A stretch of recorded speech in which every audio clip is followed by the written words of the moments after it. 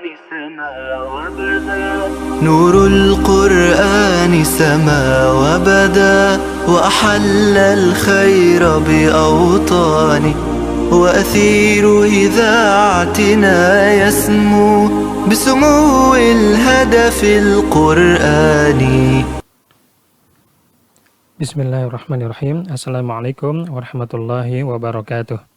Innalhamdulillah wassalatu wassalamu ala rasulillah wa ala alihi wa sahbihi wa mawalah ma ba'du.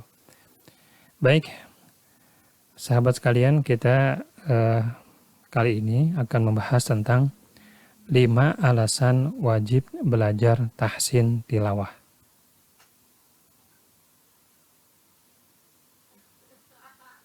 Yang pertama, baca Al-Quran dengan baik dan benar merupakan perintah dari Allah Subhanahu wa Ta'ala. Allah Subhanahu wa Ta'ala berfirman, "Warattilil Qur'ana tartila." Yang salah satu terjemahannya yang saya ikuti ya, dan tartilkanlah Al-Quran dengan setartil-tartilnya. Ini surah Al-Muzammil ayat 4.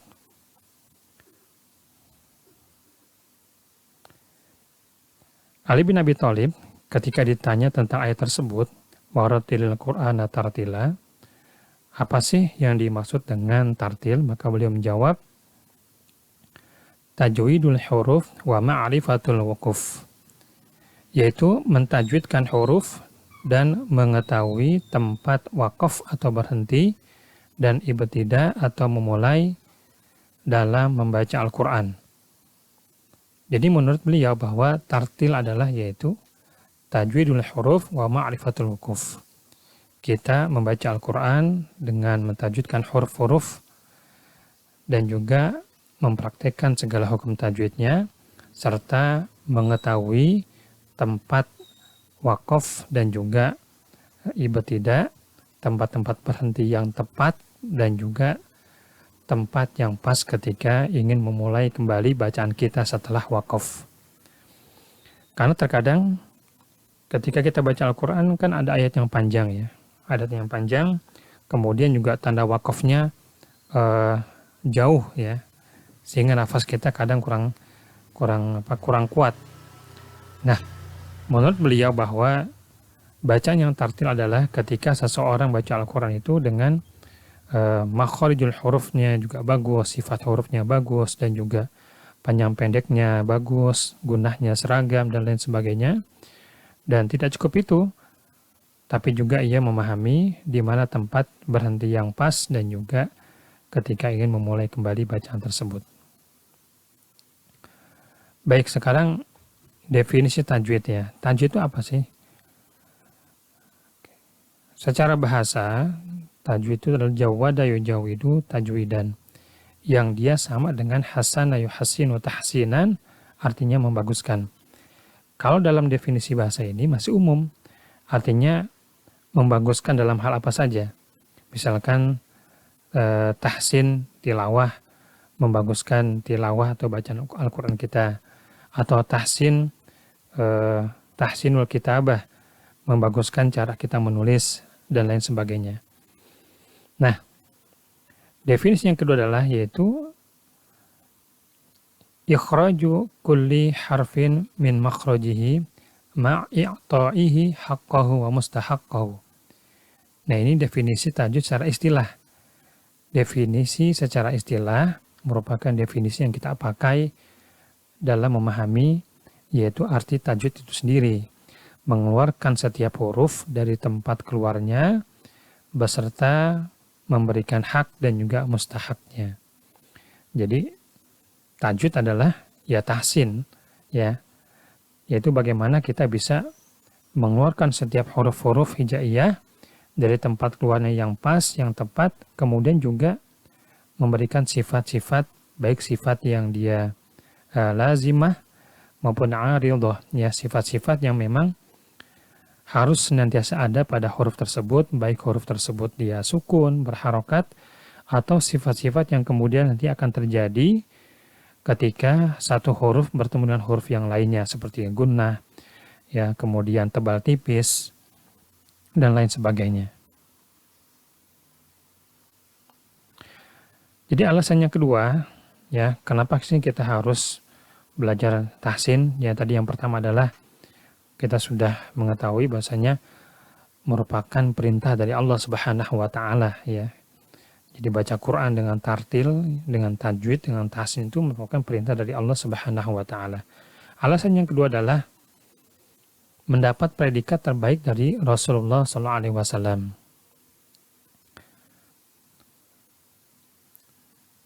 Beliau pernah bersabda, khairukum man ta'allamal Qur'ana wa 'allamah. Yang artinya adalah sebaik-baik kalian adalah yang mempelajari Al-Qur'an dan juga mengajarkannya. Hadis riwayat Imam Al-Bukhari. Para ulama memberikan penjelasan tentang kandungan hadis ini. Yang pertama adalah bahwa mereka yang mendapatkan predikat sebaik-baik di antara kalian adalah yang pertama, yaitu mempelajari dan mengajarkan Al-Quran dari sisi membacanya. Dan yang kedua, mempelajari dan mengajarkan Al-Quran dari sisi kandungannya. Jadi, orang yang terbaik di antara kita, ya, di antara orang-orang yang beriman adalah mereka, di antaranya adalah orang yang mempelajari dan mengajarkan Al-Quran dari sisi membacanya. Dan tidak cukup kita untuk mempelajari atau memperbaiki bacaan Al-Quran kita, tapi juga kemudian nanti kita perlahan-lahan juga mulai bisa memahami isi kandungan Al-Quran yang kita baca. Begitupun sebaliknya, tidak cukup kita hanya mengejar apa sih kandungan dari Al-Quran, namun kita mengabaikan aspek yang lain, yaitu dari sisi membaca Al-Quran yang baik dan benar sesuai tajwidnya. Jadi kedua-duanya ini harus kita upayakan seiring dan sejalan. Ya, kita juga memperbaiki bacaan Al-Quran kita dan juga kita berupaya untuk perlahan-lahan memahami isi kandungan Al-Quran yang kita baca. Sehingga kita akan mendapatkan predikat dari Rasulullah SAW sebaik-baik di antara kalian. Dan alasan yang ketiga, mengapa kita harus belajar tahsin tilawah atau kita memperbaiki bacaan Al-Quran kita, yaitu baik, ada sebuah pernyataan dari Imam Ibnul Jazari, yaitu seorang pakar tajwid, ya. Karena semua buku tajwid yang beredar saat ini bisa dikatakan sebahagian besarnya pasti akan mengambil dari kitab-kitab yang disusun oleh Al-Imam Ibnul Jazari rahimahullah ta'ala. Dan salah satu bait-bait syair beliau yang beliau susun, ya, jadi syair bait yang isinya adalah kaidah-kaidah tajwid. Beliau menuliskan, wal akhdhu bit tajwidi hatmul lazimu man lam yusahhihil qur'ana athimu li'annahu bihil ilahu anzala wa hakadha minhu ilaina wasala. Membaca Al-Quran dengan tajwid adalah wajib. Barang siapa yang membacanya tidak dengan tajwid secara sengaja, maka ia berdosa. Karena Allah Subhanahu wa ta'ala menurunkan Al-Quran dengan tajwid, dan begitulah Al-Quran dengan tajwid sampai kepada kita. Baik, kita perhatikan.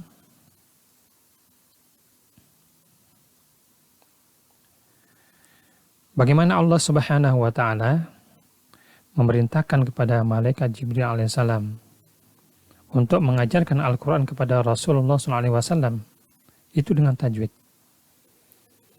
Jadi Rasulullah SAW bertalaki dengan malaikat Jibril itu dengan bacaan Al-Quran yang bertajwid, ya. Kemudian Rasulullah SAW mengajarkan kepada para sahabat juga dengan tajwid. Panjang pendeknya, makhraj dan sifat hurufnya, dan lain sebagainya. Begitupun para sahabat mengajarkan ke generasi-generasi setelahnya, atau bisa kita katakan para ulama, ya, itu juga dengan tajwid. Dan para ulama kita mengajarkan Al-Quran yang sampai kepada kita, kepada kaum muslimin secara umum, pun juga dengan tajwid. Maka ketika ada bacaan Al-Quran yang tidak sesuai dengan tajwid, maka pasti akan segera terkoreksi oleh mereka-mereka yang paham dengan tajwid. Sebagai contoh, ya, ketika masih banyak kaum muslimin, mohon maaf ya, yang membaca Al-Quran surah An-Nas, surah yang sering dipakai oleh kita, sampai detik ini masih banyak yang membacanya kurang tepat. Ya, misalkan Qul a'udzu birabbin nas, malikin nas, malikin nas. Seharusnya adalah malikin nas. Namun hingga detik ini kita masih mendapatkan saudara-saudara kita ya membacanya dengan bacaan yang kurang tepat. Seharusnya pendek namun dibaca dengan panjang. Dan Al-Quran yang diturunkan oleh Allah SWT, sekali lagi, yang sampai kepada kita adalah bacaan dengan tajwid. Ya. Oleh karena itu, menjadi penting bagi kita untuk belajar tahsin tilawah atau untuk memperbaiki bacaan Al-Quran kita sebagaimana bacaan Al-Quran yang Allah Subhanahu wa Ta'ala turunkan kepada Rasulullah SAW melalui perantara malaikat Jibril alaihissalam dengan tajwid.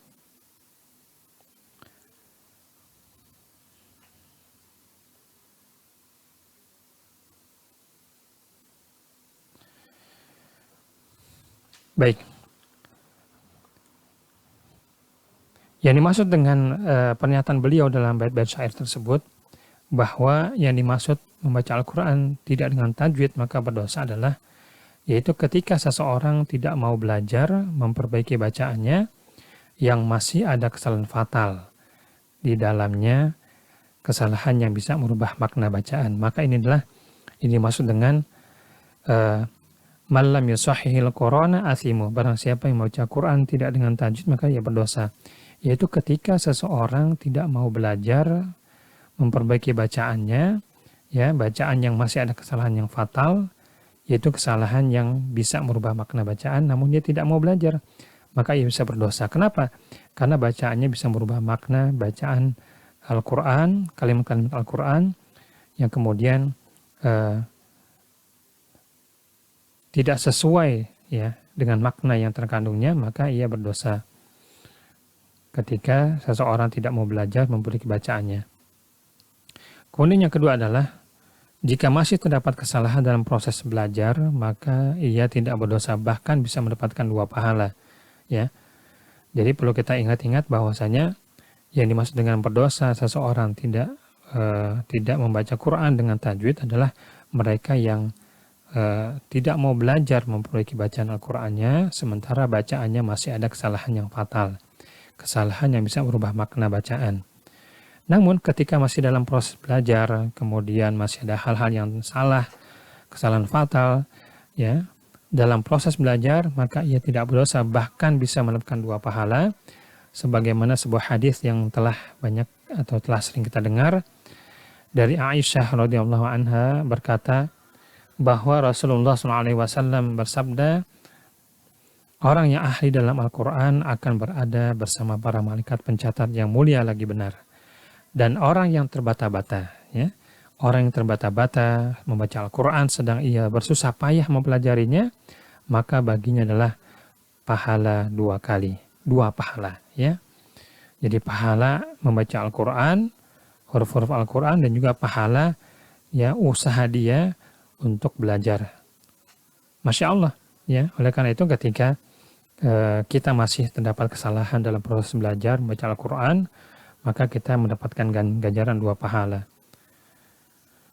Kemudian alasan yang keempat, mengapa kita harus belajar tahsin tilawah, memperbaiki, meningkatkan kualitas bacaan Al-Quran itu adalah, yaitu para pembaca Al-Quran tidak luput dari 2 kesalahan.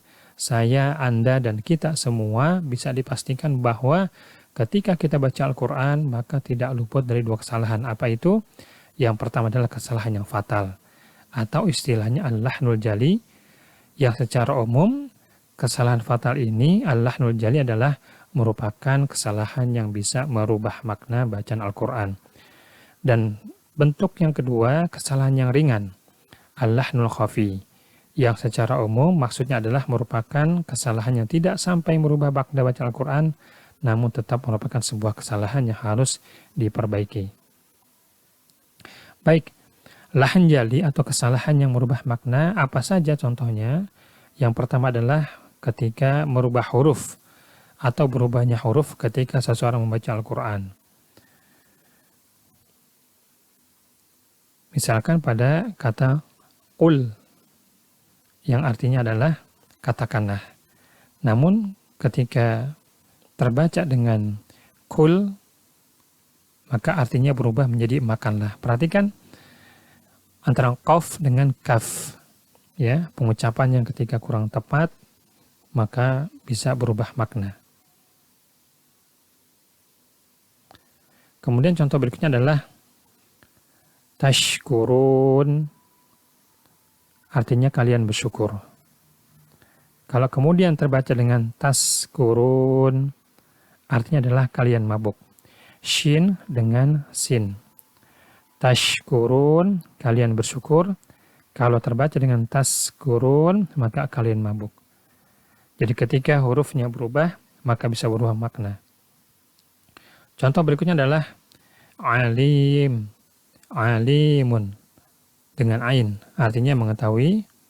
Kalau terbaca dengan alimun, maka artinya adalah pedih. Ya, subhanallah ya. Jadi sangat jauh sekali artinya ketika kita membaca Al-Quran masih terjadi kesalahan antara huruf yang satu dan yang lainnya, terutama huruf-huruf yang agak mirip-mirip. Ain dengan hamzah misalkan, ya. Shin dengan sin.